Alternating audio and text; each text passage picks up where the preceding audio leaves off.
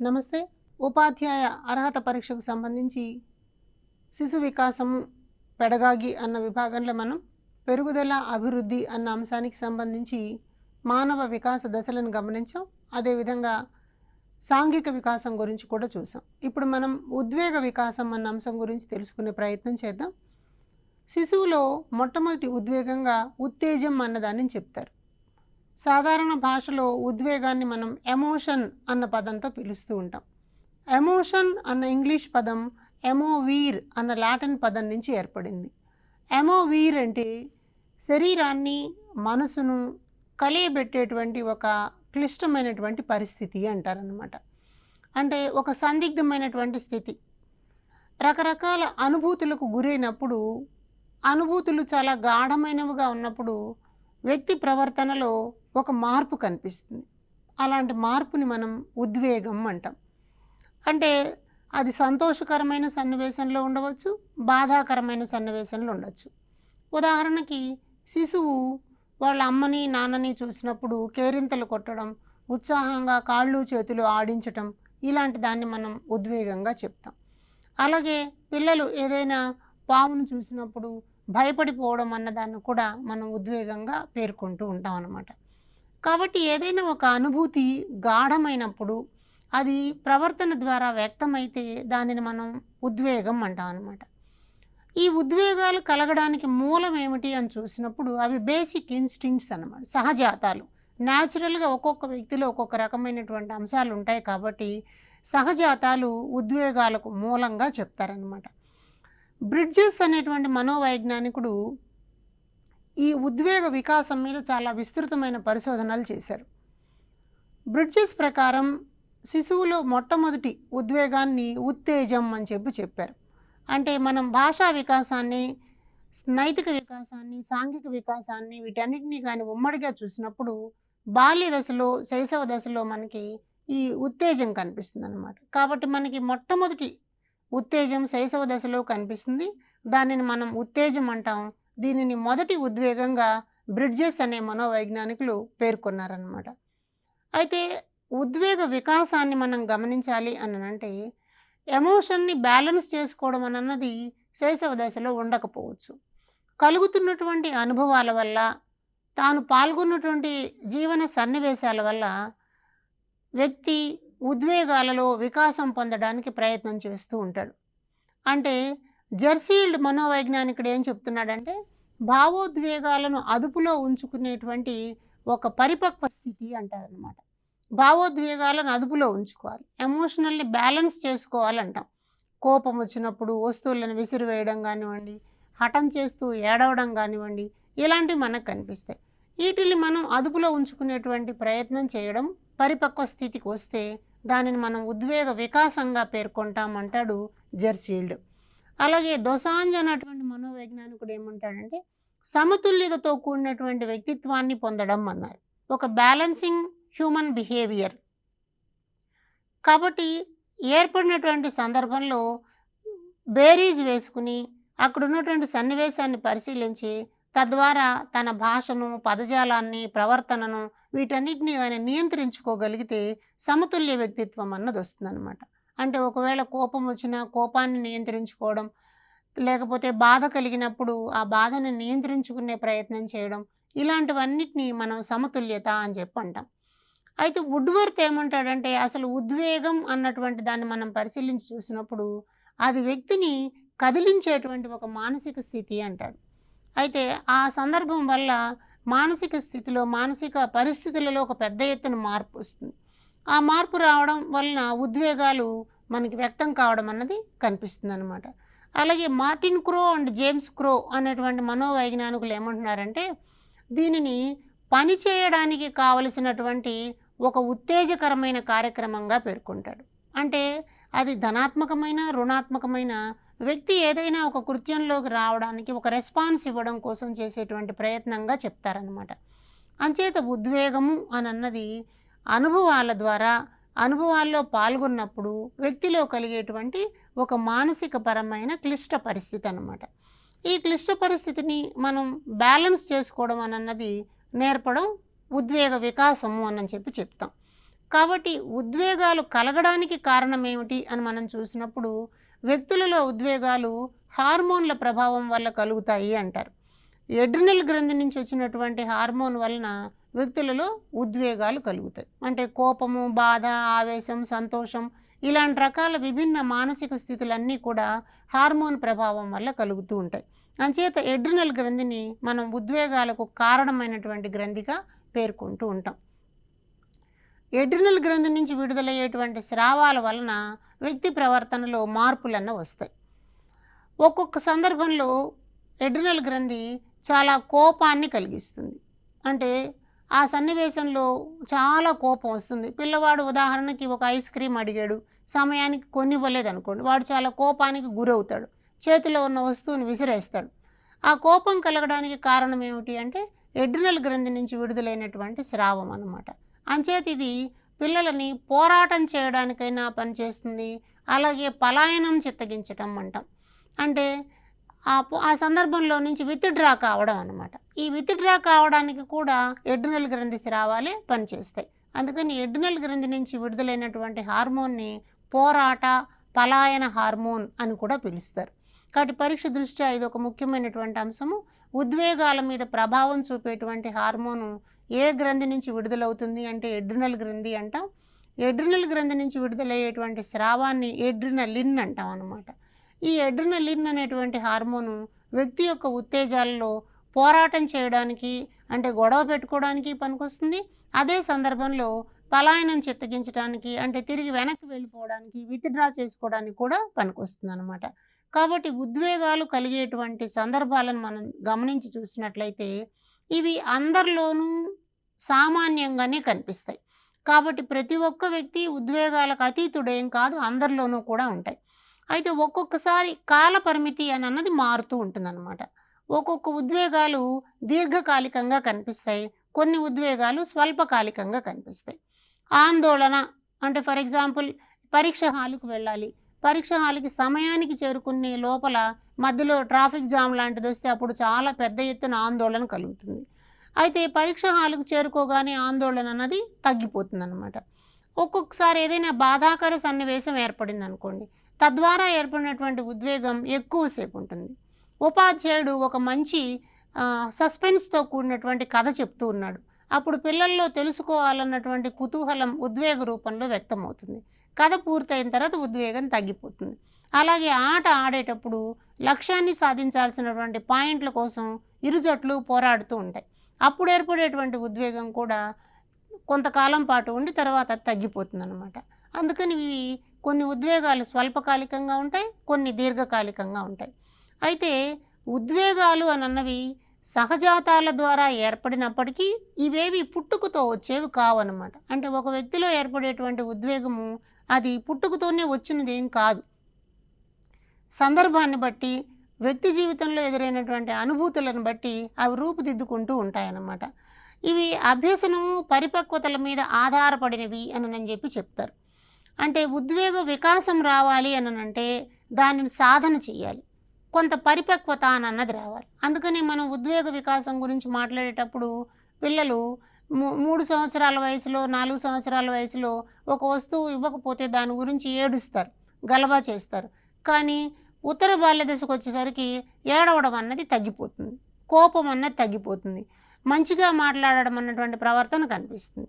కాబట్టి ఇవి అభ్యాసం ద్వారా, పరిపక్వత ద్వారా వస్తాయి. కాబట్టి పిల్లలు ఎదుగుతూ ఉన్నప్పుడు ఉద్వేగ వికాసం అన్నది కలుగుతుంది. కాబట్టి పాఠశాల, ఉపాధ్యాయుడు, కుటుంబము కూడా పిల్లల ఉద్వేగాలకి అభ్యాసాలు కల్పించేటువంటి ప్రయత్నం చేయాలి. అంచేత ఉద్వేగం నుంచి మనల్ని మనం కాపాడుకుని మనం ఆ పనిని పూర్తి చేసుకోవాలి అంటే తద్వారా మాత్రమే మనం మన మూర్తిమత్వాన్ని నిలుపుకోగలుగుతాం. అంచేత దీని మీద మనోవైజ్ఞానికంగా ఒక పదాన్ని ఉపయోగిస్తారు, దాన్ని ఉద్వేగ కెథార్సిస్ అంటారు. కెథార్సిస్ భావన అంటే ఏంటంటే ఏదైనా ఒక సన్నివేశం ఎదురైనప్పుడు ఆ సన్నివేశంలోని సంక్లిష్ట స్థితిని అర్థం చేసుకుని దాని ద్వారా అక్కడ సమస్యను పరిష్కరించుకోవడానికి వ్యక్తి చేసేటువంటి పద్ధతిని కెథార్సిస్ అంటాం. కాబట్టి ఉద్వేగ కెథార్సిస్ ఎవరికైతే అమలులో ఉంటుందో వాళ్ళు ఉద్వేగాలను నియంత్రించుకుని మంచి ప్రవర్తనని ప్రయత్నించడానికి అవకాశం వస్తుందన్నమాట. కాబట్టి ఉద్వేగము అని అన్నది చాలా ముఖ్యమైన అంశంగా చూస్తాం.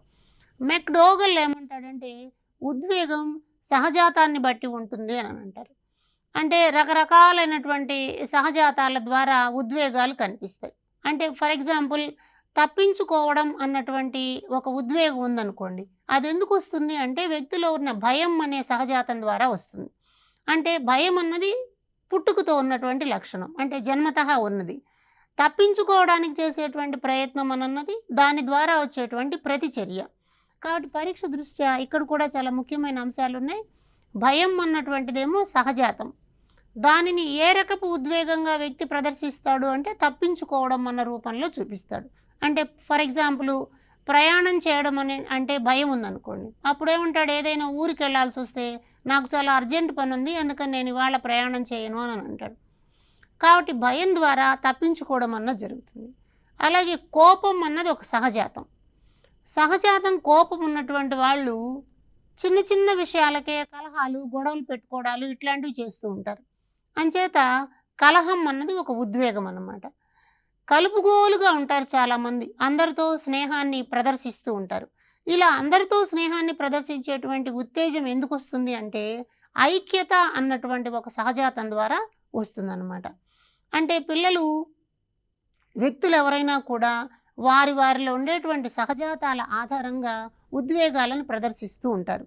అయితే ఈ ఉద్వేగాలు ధనాత్మకంగా ఉండాలి అని అంటే సాధన, పరిపక్వత ఇవి రెండు అవసరం అన్నమాట. కాబట్టి మెక్డోగల్ చెప్పినటువంటి ఈ అంశాలు చాలా ముఖ్యం. వ్యక్తిలో భయం అనేది ఉంటే తప్పించుకోవడం అన్న ప్రవర్తనను చూపిస్తారు. వ్యక్తిలో ఐక్యత అనేది ఉంటే కలుపుగోలుగా ఉండేటువంటి స్వభావాన్ని చూపిస్తారు. అయితే ఒక్కొక్కసారి ఈ సహజాతాలైనటువంటి భయం లాంటి సహజాతాలు ఎందుకు ఉంటాయన్న దాని మీద లాటాన్ అనేటువంటి మనోవైజ్ఞానికుడు ఒక పరిశోధన చేశారు. భయాలు ఎందుకు ఏర్పడతాయి అని అంటే వస్తు రూపాల వలన భయాలు వస్తాయి. కొన్ని వస్తువులను చూసి, అంటే పిల్లలు ఉదాహరణకి ఇంజెక్షన్ ఉందనుకోండి, వాడు సిరంజిని చూడగానే భయపడతాడు. అంటే దాన్ని గుచ్చడం వల్ల నొప్పి కలుగుతుంది కాబట్టి సిరంజి అన్న పేరును చూసినా భయపడతాడు, సిరంజి అన్న వస్తువును చూసినా భయపడతాడు. కొంతమందికి మెత్తగా ఉండేటువంటి వస్తువులు అంటే భయాన్ని కలిగిస్తాయి. కొంతమందికి ఆకారం బాగలేకపోతే భయాన్ని కలిగిస్తాయి. కాబట్టి ఇలాంటి భయాలు కలగడానికి వస్తువులు ఒక కారణం అంటారు. అలాగే అనుకరణ. ఒక్కొక్కసారి భయం ఎందుకు కలుగుతుంది అంటే నిజానికి భయం లేకపోయినా తమకన్నా పెద్దవాళ్ళు భయపడుతూ ఉంటారు కాబట్టి ఓహో వాళ్ళలాగా మనం కూడా భయం పడాలి అని చెప్పి వాళ్ళని అనుకరిస్తారు. అంటే ఉదాహరణకి చీకటి పడింది, బయట తిరక్కండి, దొంగలు వస్తారు అని చెప్పి పెద్దవాళ్ళు అంటే పిల్లలు కూడా చీకటి పడగానే భయపడడం అన్నటువంటి ప్రయత్నం చూపిస్తారు. అలాగే అనుభవాలు. కొన్ని రకాల బాధాకరమైనటువంటి పరిస్థితులు వచ్చినప్పుడు, ఇబ్బందులు కలిగినప్పుడు అనుభవాల ద్వారా కూడా భయాలు ఏర్పడతాయన్నమాట. అయితే భయాలు అన్నవి అలా ఎప్పుడూ ఉండవు. ఇవి వయసుతో పాటు మారుతూ ఉంటాయి. ఒక్కొక్క వయసులో ఒక్కొక్క రకమైనటువంటి భయం ఉండేటువంటి అవకాశం ఉంటుంది. చిన్నతనంలో ఎప్పుడు కూడా వాహనాలన్నా ప్రయాణం అన్నా భయం లేనటువంటి వాళ్ళు ఏదైనా ఒక ప్రమాదాన్ని చూశారనుకోండి, అప్పుడు వాళ్ళు వాహనాలంటే భయపడే అవకాశం వస్తుందన్నమాట. కాబట్టి వయసుతో పాటు కూడా కొన్ని భయాలు ఏర్పడుతూ ఉంటాయని లాటాన్ అన్న మనోవైజ్ఞానికుడు పేర్కొన్నాడు. అలాగే మనం ఉద్వేగాలకు సంబంధించి మరొక అంశాన్ని చూసినట్లయితే ఈ సహజాతాన్ని కోపం అంటాం. కోపం మీద ప్రయోగాలు చేసినటువంటి వాడు రికెట్స్ అన్న మనోవైజ్ఞానికుడు కోపం ఎందుకు ఉంటుంది అన్న దాని మీద పిల్లల గురించి పరిశోధనలు ఆయన ఏం తేల్చాడంటే మితిమీరిన క్రమశిక్షణ ఎక్కడుంటుందో అక్కడ కోపం వస్తుంది అని అంటాడు. మనం తర్వాత కాలంలో అభ్యసన సిద్ధాంతాలు చదువుతాము. అలాగే ఫ్రాయిడ్ చెప్పినటువంటి మానసిక సిద్ధాంతాల్లో కూడా కోపం గురించి మాట్లాడతారనమాట. మితిమీరిన క్రమశిక్షణ ఎక్కడుంటుందో అప్పుడు కోపం వస్తుంది. కాబట్టి పిల్లలకి ఏదైనా వాళ్ళు చేస్తామన్న పనిని మనం దానిని తాకవద్దు అని దూరంగా ఉంచినా, లేకపోతే ఈ పద్ధతిలోనే ఉండాలి, ఇక్కడే కూర్చోవాలి, ఇలాగే మాట్లాడాలి, ఈ సమయంలో నిలబడాలి, ఇలాంటి రిస్ట్రిక్షన్స్ ఉండడం వల్ల పిల్లలు కోపానికి గురవుతారని చెప్తారు. అలాగే అసూయ, అది కూడా ఒక సహజాతం. దీని మీద ప్రయోగాలు చేసిన వాడు సీవెల్. ఈయనేమంటాడంటే మానసిక భద్రత, మానసిక అవసరాలు తీర్చడం, ఈ రెండింటి ద్వారా ఈ అసూయను తొలగించవచ్చు అని చెప్తాడు. అంటే అసూయ ఎందుకు వస్తుంది అని అన్నప్పుడు కాంక్ష స్థాయి ఎక్కువగా ఉండి సామర్థ్యాలు తక్కువగా ఉన్నప్పుడు అసూయ అన్నది వస్తుంది. అంటే కోరికలు ఎక్కువగా ఉండి సామర్థ్యాలు తక్కువగా ఉంటే అసూయ వస్తుంది. సాధించలేని దానిని ఇతరులు సాధించినప్పుడు కూడా అసూయ పడడం అన్నది వస్తుంది.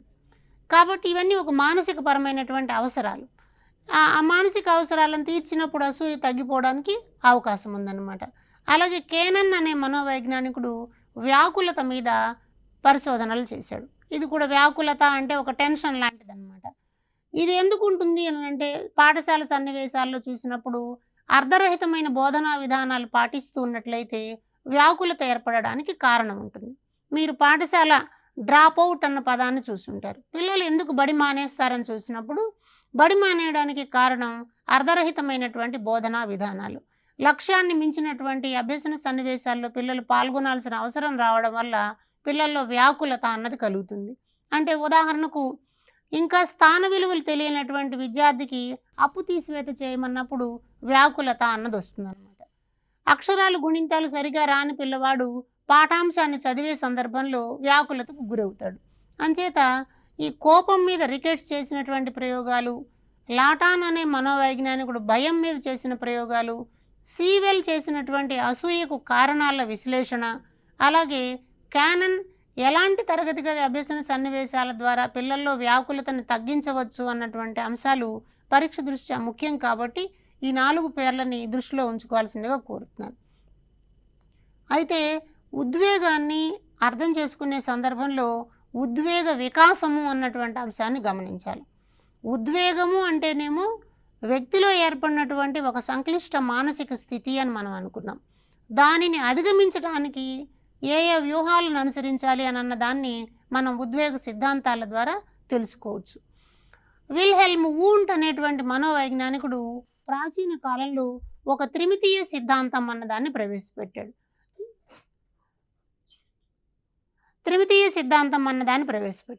ఈ త్రిమితీయ సిద్ధాంతం ప్రకారము మనం ఏం చేస్తాము అంటే త్రిమితీయ సిద్ధాంతం ప్రకారము 3 రకాలైనటువంటి అంశాలు మనకు కనిపిస్తాయి.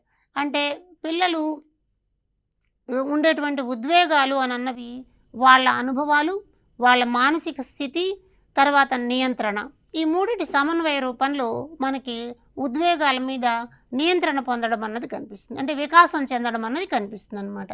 అలాగే జేమ్స్ మరియు లాంగే అనే మనోవైజ్ఞానికులు పరిధీయ సిద్ధాంతం అన్నదాన్ని ఒకటి ప్రవేశపెట్టారు. వీళ్ళేమంటారు అని అంటే శారీరకంగా వచ్చేటువంటి మార్పులు, దీనికి కారణమయ్యేటువంటి పరిస్థితులు ఉద్వేగానికి కారణమవుతాయి అని అంటారు. అంటే కొన్ని పరిస్థితులు శారీరక కారణాలుగా కనిపిస్తాయి, తద్వారా శారీరకంగా మార్పులు వస్తాయి, తద్వారా ఉద్వేగం అన్నది కనిపిస్తుంది. అంటే ఉదాహరణకు ఒక వ్యక్తి రోడ్డు మీద వెళ్తూ ఉన్నాడు, దారిలో ఒక పాము కనిపించింది. పాము కనిపించగానే అతని గుండె వేగంగా కొట్టుకుంటుంది. గుండె వేగంగా కొట్టుకోవడం అన్నది శారీరకంగా వచ్చినటువంటి మార్పు. తద్వారా తను భయానికి గురవుతాడు, ఆందోళనకు గురవుతాడు, అక్కడి నుంచి పారిపోవాలని చెప్పి ప్రయత్నం చేస్తాడు. కాబట్టి ఇది జరగడానికి కారణం ఏమిటి?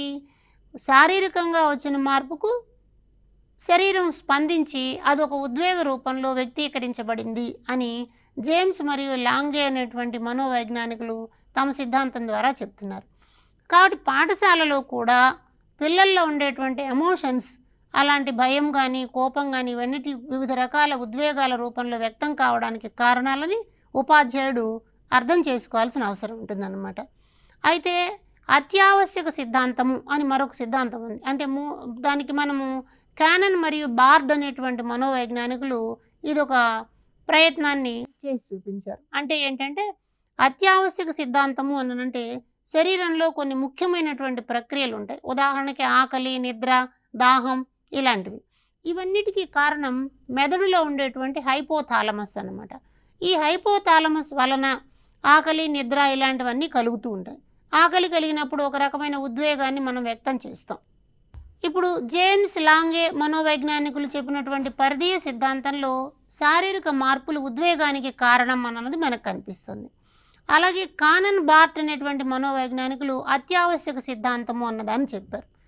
శరీరంలో ఉండేటువంటి హైపోథాలమస్ ఆకలి, నిద్ర అన్నటువంటి అంశాల మీద ప్రభావాన్ని చూపిస్తుంది.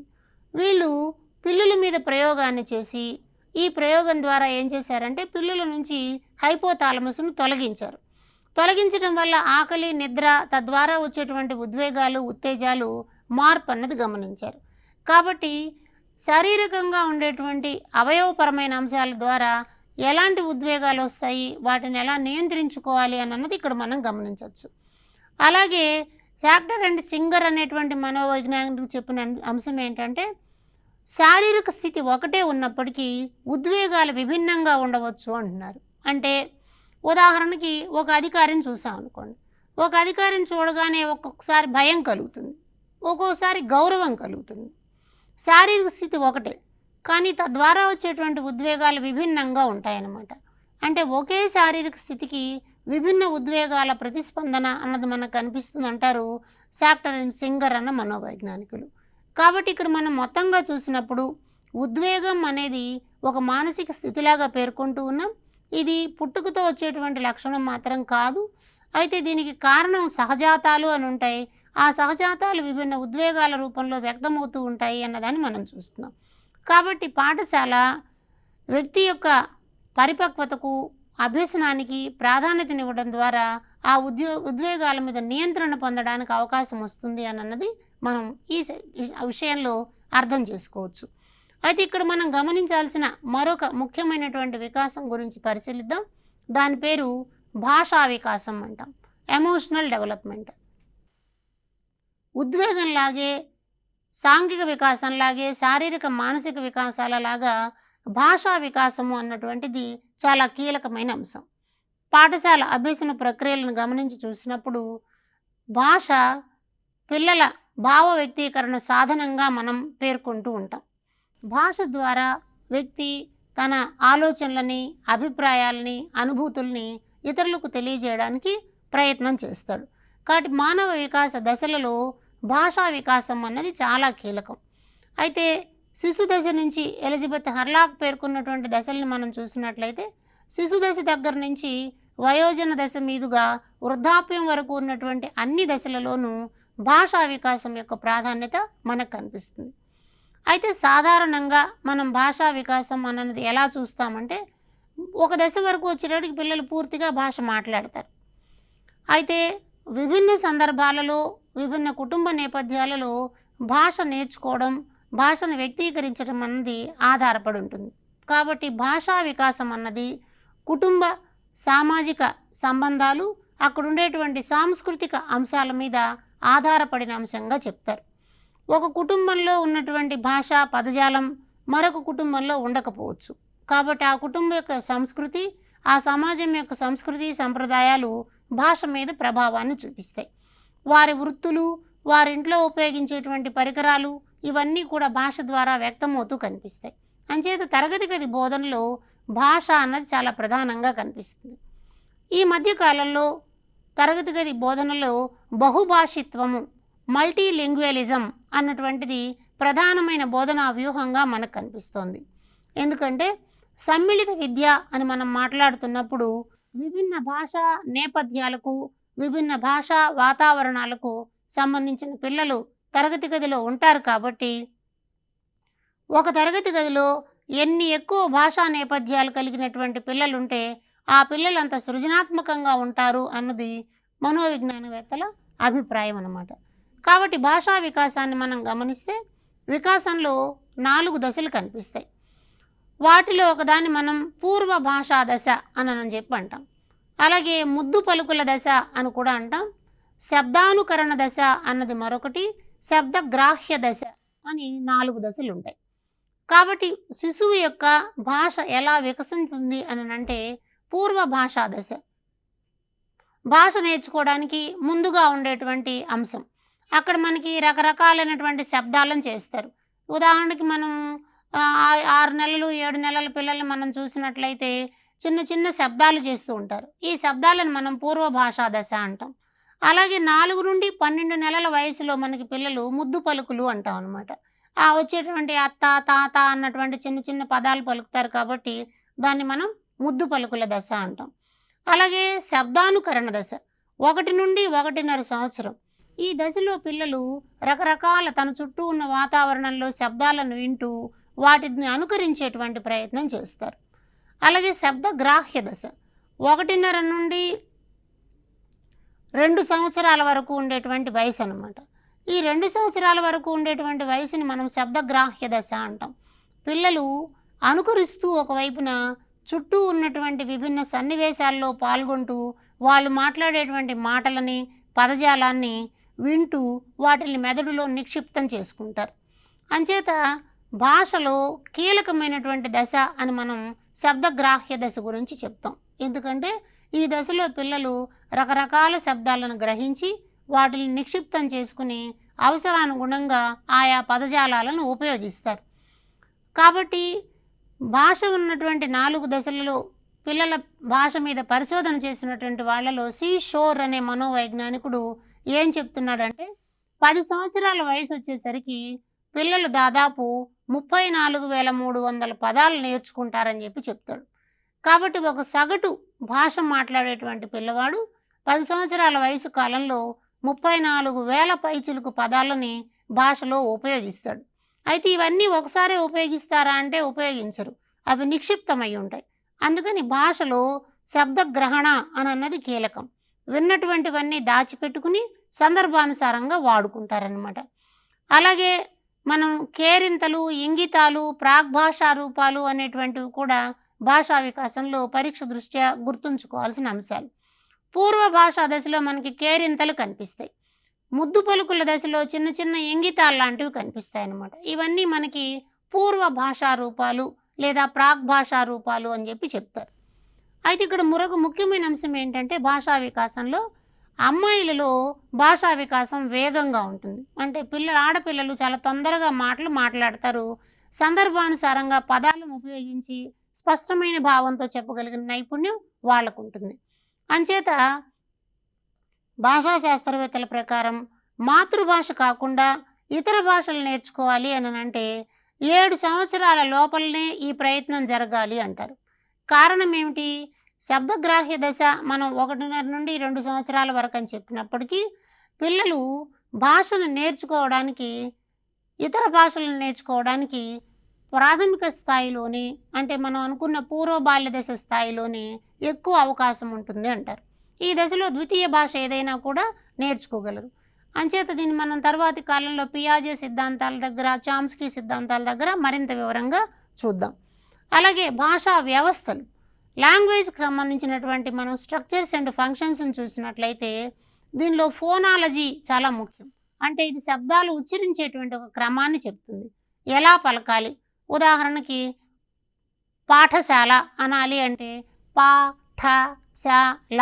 అలాగే బాటిల్ అన్నప్పుడు బోటిల్ అనేటువంటి ఈ ఉచ్చారణ ఎలా ఉంటుందని అన్నది ఫోనాలజీ ద్వారా తెలుసుకుంటాం. అలాగే సిమాంటిక్స్, ఒక సందర్భంలో వాడినటువంటి పదాల యొక్క అర్థం ఎలా ఉంది, ఆ అర్థం ఏ సన్నివేశానికి అనుకూలంగా ఉంది, ఆ సన్నివేశంలో ఆ పదం ఎలాంటి భావాన్ని తెలియజేస్తుంది అన్నది సిమాంటిక్స్ ద్వారా నేర్చుకుంటాం. అలాగే ప్రాగ్మాటిక్స్ అంటాం. నిత్య జీవితంలో ఆ పదాన్ని ఎలా ఉపయోగిస్తున్నారు, ఒక్క చిన్న అంశమే విభిన్న రకాల పదాల ద్వారా మారుతూ కనిపిస్తుంది అనమాట. ఆ ప్రత్యేక సందర్భంలో ఆ పదాన్ని ఎలా ఉపయోగించారు, అతను చాలా గొప్పగా నటించాడు, అతను చాలా ఘనంగా నటించాడు, అతని నటన అందరి ఆమోదం పొందినది, అతని నటనకు అందరూ హర్షాతిరేకాలు వ్యక్తం చేశారు. ఇట్లా మనం వాక్యాలను చూసినప్పుడు ఒక్కొక్క పదాన్ని ఉపయోగించే సందర్భం మారుకుంటూ కనిపిస్తూ ఉంటుందన్నమాట. కాబట్టి మనము ఈ భాషా వ్యవస్థలను అర్థం చేసుకోవాలన్నది కీలకం. అయితే ఇక్కడ బిఎఫ్ స్కిన్నర్ చెప్పినటువంటి ఒక అంశాన్ని కూడా చూద్దాం. స్కిన్నర్ ఏమంటాడంటే పునర్బలనం ద్వారా పిల్లల్లో పదజాలం అభివృద్ధి చెందుతుంది అంటాడు. అంటే డిఫరెంట్ కంటెక్స్ట్స్ ప్రవేశపెట్టడం ద్వారా పదజాలం బాగా అభివృద్ధి చెందుతుంది అని చెప్తాడు. పునర్బలనం చెందించడం, మరలా దానిని ఉపయోగించటం.